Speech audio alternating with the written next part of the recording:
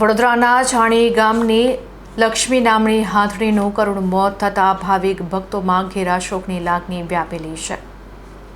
દાહોદ પાસે આવેલા લીમડી ગામમાં અષાઢી બીજના પાવન પર્વે યોજાયેલી રથયાત્રા પૂર્વે જ એક અત્યંત શ્રદ્ધા અને શોકની લાગણી જન્માવતી દુઃખદ ઘટના સામે આવી છે।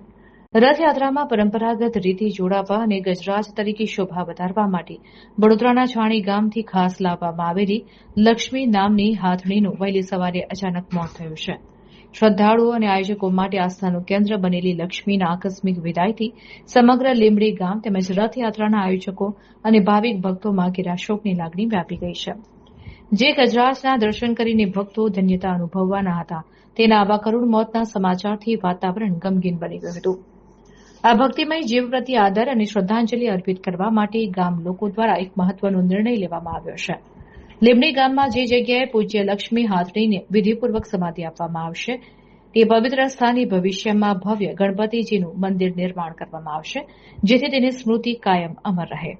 આ સમગ્ર ઘટના અંગે વધુ વિગતો આપતા સ્થાનિક અગ્રણીઓ હાર્દિક શાહ, જયંતિભાઈ પટેલ, ભરતભાઈએ જણાવ્યું હતું કે રથયાત્રાની પરંપરા જળવાઈ રહેશે, પરંતુ ગજરાજની ખોટ કાયમ ચાલશે અને નિયત જગ્યાએ મંદિરનું નિર્માણ ટૂંક સમયમાં શરૂ કરવામાં આવશે।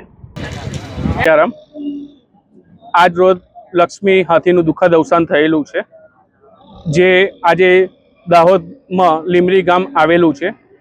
એમાં જગન્નાથ ભગવાનની રથયાત્રા યોજનાર હતી, એ નિમિત્ત પહેલાં જ લક્ષ્મીનું દુઃખદ અવસાન થયું છે અને આ દફન વિધિના કાર્યક્રમમાં લીમડી ગામના સાથ સરકારથી આ કાર્યક્રમ દફન વિધિનો કરવામાં આવ્યો છે। એ બદલ જલારામ પરિવાર હનુમાન ટેકરી મંદિર તરફથી સમગ્ર લીમડી ગામનો અમે ખૂબ ખૂબ આભાર વ્યક્ત કરીએ છીએ અને દુઃખદમાં સહભાગી થવા બદલ એ સૌનો હૃદયપૂર્વક આભાર માનીએ છીએ।